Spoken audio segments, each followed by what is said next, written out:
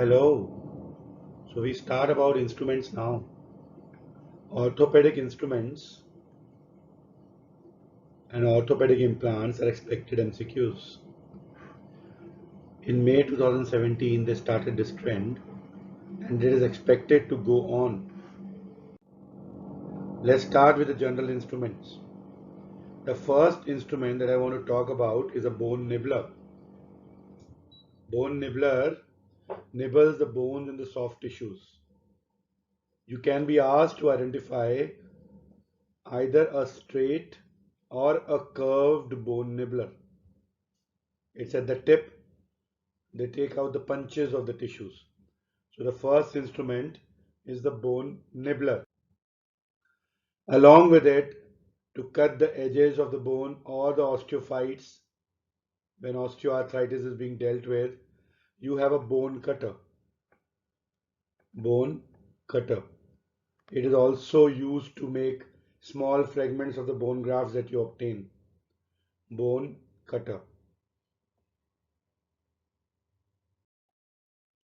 Then, to freshen the bone margins or to raise osteoperiosteal flaps, you have an instrument called as a chisel and an osteotome. In a chisel, only the one edge is beveled, means it is sharp only from one side. So that's how I used to remember C. Chisel C, so one cutting edge. Whereas in osteotome, both the edges are beveled. So C, other side also C makes a O. So it has got both the edges sharp or beveled. It is high likelihood you will get osteotome. Chisel is a rare question to be asked. Then we have a bone mallet or a bone hammer, which is used along with the chisel and osteotomes in orthopedic surgeries. Bone mallet or a hammer. Periosteal elevator. This is used when you need to expose the bone either for plating or any other surgery. Periosteal elevator. Bone curette. It can be used in cystic cavities where you need to do curettage. It is also useful when sometimes you have to remove a very small amount of cancellous bone graft. But usually for bone grafts, we have the bone gouge. After exposing the iliac crest, this gouge is run or an osteotome is run to take out the slivers of the bone graft. When you are doing any orthopedic surgery where the fixation of an implant is required, then that can be done with the help of a bone lever which can extract out the bone out of the depths inside the muscles and the soft tissue planes. There are different types of bone levers and different shapes. Then, when you are trying to fix up a bone with a plate, you need to make the holes. For that, you have an instrument called as a bone tap. Bone tap basically drills out the threads in the bone in which the screws will lock. Let's talk about some pins and nails. You can see three instruments here. At the top, this is a K wire.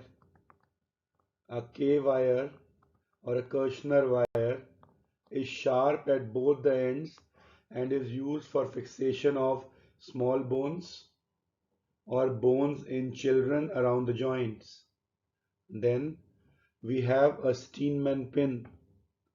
A Steinmann pin is used for skeletal traction. And then if the bone is osteoporotic or you have to put skeletal traction in a weaker area, then you have a threaded pin in the center called as the Denham's pin. So this is a Steinmann pin. It does not have any thread. Its two important uses are it is useful in skeletal traction and also for compression arthrodesis above and beneath a joint which requires fixation, fusion. These are the threads in the Denham spin, which is used for cancellous bone or for the osteoporotic areas. Bowler stirrup is used to hold the Steinman pin or the Denham pin so that subsequently the traction which needs to be applied can be tried here along the bed edge. Bowler stirrup. We have two nails in upper limb, one for the radius, one for the ulna. These nailings are not very commonly done nowadays because nowadays is a trend to do plating of forearm bones.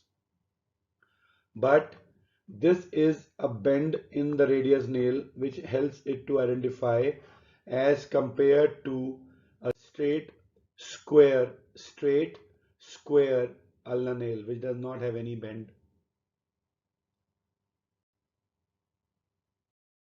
Then we have a rush nail which is bent at one edge, which is used for fixation of the long bones, mainly in children, and the bent edge is there so that it stays along the cortex of the bone to prevent its migration into the intramedullary cavity. Kunsher was a great scientist who devised nails for the long bones. He devised a nail for the femur and also for the tibia. Kunsher's nail is a clover leaf intramedullary nail because the shape of the nail in the cut section is like a clover leaf. This nail works on 3-point fixation. When put in the intramedullary cavity, it provides fixation at the two ends and the isthmus, the narrowest portion of the femoral canal or any bone. K nail has a disadvantage. The disadvantage is it does not protect against the rotational instability because the nail is not fixed to the bone. For that, later on, we have devised interlock nails. Interlock nails are the nails which go inside the bone and then subsequently are locked with the screws to the bone to provide a stable fixation, more importantly, rotational stability.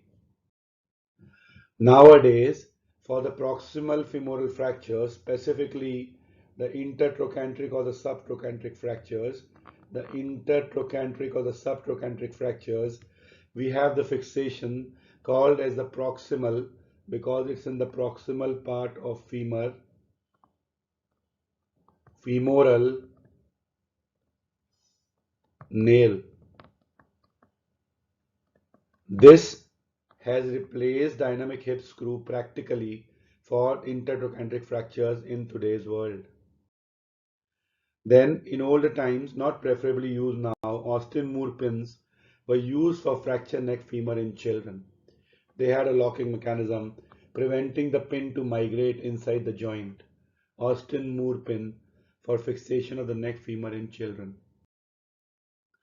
Let's talk about some important forceps. The first one being the bone holding forceps. When you have a bone holding forceps, it has a quality, it has a thread in it. These are the threads which will help you to hold the bone. And this was the forceps which was asked in AIMS May 2017. This is self-retaining bone holding forceps. Self-retaining because this locking mechanism will hold the forceps and hold the bone pieces together for a reduction during the fixation of a bone. Then further, previously we had these type of forceps for bone holding. The Ferguson bone holding forceps. They again have a tooth, and the Lane forceps, which again has tooth at the ends. So what I want to tell you, whenever there are tooths, they are holding the bone. And then we have a Lawman's clamp, which is also used for holding of the bones along the reduction, right? Lawman's clamp. We talk about another thing called as a bone plate holding forceps. Sometimes it is grossly said as a plate holding forceps. Plate holding forceps at one end will not have threads. At the other end, because it will hold the bone along the plate, right, will have threads. That's why called as a bone plate holding forceps. Bone because the threaded end is there. Plate because the smooth end so that the plate is not eroded or corroded. Then we have simple sponge holding forceps, which are used when we are doing painting and dripping. And we have the Alice tissue holding forceps required for traction or retraction along the surgeries. We have tooth and non-tooth forceps for doing the fine work. Tooth forceps are used to hold on the tissues which are deeper, and non-tooth forceps for the superficial tissue so that the skin is delicately handled. We have retractors, the right angle retractors for the assistants to show the main field and retract the tissues, especially the muscles which are there in the orthopedic surgeries. Then we have an important traction which I believe this year can be a question, Crutchfield tongs, which are applied in the skull for traction of cervical spine. Applied in the skull for traction of cervical spine. Crutchfield tongs. Then we have an external fixator called as an Ilizarov fixator, which is a ring fixator, which will hold the bone in a very stable position. The indications of Ilizarov are to lengthen the bone or the limb, used in infected non-unions or gap non-unions because it works on the principle of distraction osteogenesis, lengthening at the rate of 1 millimeter per day, and the limit up to each bone has a separate value to which you can lengthen. Ilizarov fixator, a very important fixator. It's a variety of external fixator because the fixator is outside the skin. Let's look at some important features of a classical external fixator. We have already done this, that this is a denim spin. This has got thread. This is for traction. But if you have threads at the end, this is called as a Shan's screw. And this Shan's screw has a T handle and a Jacob chuck, which is used to hold a screw to be put inside the bone. Then we have got the connecting rods and the clamps to make an external fixator assembly. To make an external fixator assembly, these are the Shan's screws which have been put in the bones. These are the universal clamps which are there, and these are the connecting rods. And since the fixator is outside the skin, it is appropriately labeled as the external fixator. Then we come to the prosthesis. Prosthesis means replacing the body part. Till now we were doing surgeries which are fixing it. They were fixation. We talk about prosthesis. The classical prosthesis, that is hemiarthroplasty, means replacing half the joint, is called as Austin Moore or Thompson prosthesis. In Austin Moore prosthesis, we had two fenestration, two holes. To remember, in Austin Moore, two O's come together. They come together, so there are two holes. Thompson is a hemiarthroplasty replacing half the joint, but there are no holes. Remember, it also has two O's, but two O's are not together, they are separated out. In Austin Moore, they are together, so they are for fenestrations, two fenestrations, Austin Moore hemiarthroplasty. When we have bipolar prosthesis, Austin Moore and Thompson are unipolar because they don't allow movement inside. Talwarkar made a prosthesis which was bipolar. But then we have modular bipolar. In modular bipolar, you can have movement of the acetabulum, the cup and the acetabulum, and the head and the cup. So they allow movement at two places. The head inside the cup of the hemiarthroplasty and the cup in the acetabulum. You can also control the sizes of the implants in modular bipolar. Nowadays, when we do hemiarthroplasty, we usually do modular bipolar. Modular because each one has a different ratio of head and the neck length and the sizes. So it allows a better stable joint to be applied and better length of the neck to be achieved for a good functional liver arm for abductors. Modular bipolar. Also, when we do a hip replacement, Then there can be two varieties. One, a cemented variety, where the implant is held to the bone with an intervening layer of cement, which is usually polymethyl meth acrylate. And sometimes you can do a fixation which is directly coating on the implant. The metallic implant allows the ingrowth of the bone over the implant, making it more stable. It is called as uncemented replacement. Uncemented replacement is stronger, is costlier, has a longevity which is more than cemented replacement, and is preferable for a patient who's got a normal bone quality or a younger patient. Whereas cemented replacement is usually carried out for people who are elderly, who have weaker bone stock, because here the cement will immediately provide stable fixation along with the implant, whereas an uncemented requires growth of the bone over the porous coating of the implant. This is what the hip prosthesis is consisting of. We have a femoral component in the femoral canal. We have the head and the neck in the center. We have the cup and the acetabulum at the top. This is a total hip replacement. Between the head and the cup, there is a lining, usually of polyethylene or any other material as specifically required. This is total knee replacement. In total knee replacement, we have a femoral component, we have a tibial component, we have the intervening plastic spacer which substitutes for the meniscal layer in between, and then we have the patella which is replacing the patella for the patellofemoral articulation. This is total knee replacement. I believe they can ask you any component out of it. I'm telling you two more varieties of replacement, although rarely done, but you must know the implants.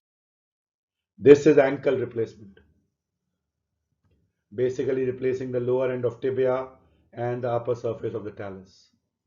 Very rarely done surgery, but still done. This is total elbow replacement. This has got a component that fixes into humerus and the other one into the ulna. Total elbow replacement. Let's talk about some plates. When we look at the plates, one of the classical things that I want to talk about is a dynamic hip screw with a plate. You have a screw that goes inside the head of the femur, and then you have a plate with a barrel which slides on the screw. It allows controlled collapse at the fracture site, and that's where the screw moves along with it, called as a dynamic hip screw. A screw in the center of the head of femur with a good tip apex distance. Tip apex means the distance between the head of the femur, the articular margin, and the tip of the screw. If it is appropriate and it's holding onto the strong, deeper bone, this is a very stable fixation. It was classically called as a treatment of choice for intertrochanteric fractures. But as the science evolved, this surgery had complications which were discovered. So gradually now, proximal proximal femoral nail has replaced many indications as a treatment of choice for intertrochanteric fractures. If they say it's an undisplaced intertrochanteric fracture, simple two-part, then still you can choose dynamic hip screw as a treatment of choice. But for practically any displaced intertrochanteric or subtrochanteric fracture, comminuted fractures, or a reverse oblique fractures, now the proximal femoral nail has become the treatment of choice for the proximal femur fixation. Then how the surgeries evolved. The first surgery was dynamic compression plate for plating. Dynamic compression plate, as the name says, it was a fixation method where a plate was put over the bone. The bone was exposed in total, and then you were putting screws to hold the plate. If you put a screw in the center of the holes, suppose it's a fracture site here, then this is called as a neutral plate because this is simply holding on. But when you put one screw in the center and other at the edge of the plate, and when you tighten the screw, then the plate, when they will tighten the screw to create the space, because this screw has already fixed the bone, then when you tighten the screw, it requires some displacement of the plate on this side. That's how this fracture side gets compressed, because this plate and the bone here on the side where the normal screw has been put, they will slide together to compress. That's why it's called as a dynamic compression plating. In dynamic compression plating, you put a screw in the center, and on the other side you put an eccentric screw, so that it slides the bone and plate, causing compression at the fracture side.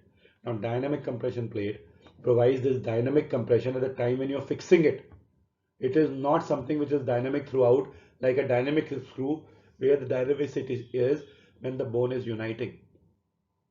Then subsequently what we realize in a dynamic compression plate, because when you were fixing it, right, you were exposing the entire bone, so there was compromise in the vascularity. So as science evolved, we were trying to preserve the biology. An attempt towards the same was creation of a limited contact, LC, limited contact dynamic compression plate. In this, there were grooves beneath the plate. These grooves were allowing the vascularity or the blood vessels or the periosteal vessels to creep in beneath the plate and to preserve the vascularity of the bone. So gradually, LC-DCP replaced DCP in most of its indications. But there was a problem. Both the plates, the DCP and LC-DCP, if you use them for a long time or in the weaker areas or less number of screws, there was a problem that the screw would still come out because it would not hold on to the plate very strongly. So how to help it? To help it, they came out with a new solution where they gave a combo hole in the plate, or they made threads in the holes of the plate and the threads in the screw, where the screw will lock with the threads in the plate. In the combo holes, also one of the screw was threaded, hole was threaded, and the other hole was unthreaded. So you can use it as a classical DCP or LC-DCP as well, or you can use it as a locking plate where you will drill a hole into the area where the threads in the hole are available. Locking plates are used in metaphyseal areas. It is held in osteopenic bones. It is used for periprosthetic fractures. It is also used for prolonged fixation when there is non-union. So it has 4 indications. And going further, we have one more plate where I want to talk about is a reconstruction plate. It has a different shape altogether. Locking plate, dynamic plate, and a reconstruction plate which has a power to mold and is very commonly used in areas where you need to change the shape. For example, in acetabular fractures, right? Reconstruction plate. It can be locking, it can be normal plate without locks. These are 2 types of screws, the cancellous and the cortical screw. The difference between the two: the cortical screw has a bigger central diameter, the root diameter, but the pitch, that is the distance between the consecutive threads, and the depth of the threads is less, and they are usually non-fluted. But in a cancellous screw, although the root diameter is less, but they have more pitch and more depth. So they are used for cancellous areas, right? And also one more hint, although cancellous screws can be fully threaded, but usually when they will show you a cancellous screw, they might show you partially threaded, but it can be fully threaded also. Thank you very much. Here we complete our talk on instruments. If you require anything else, please write to us or talk to us on WhatsApp. Please subscribe to our channel, MedMiracle. medmiracle.in@gmail.com is the email ID for any queries you have. This is the WhatsApp number. Feel free round the clock to drop in whatever you need. We're always there. Thank you very much. Happy listening from Team MedMiracle. Thank you very much.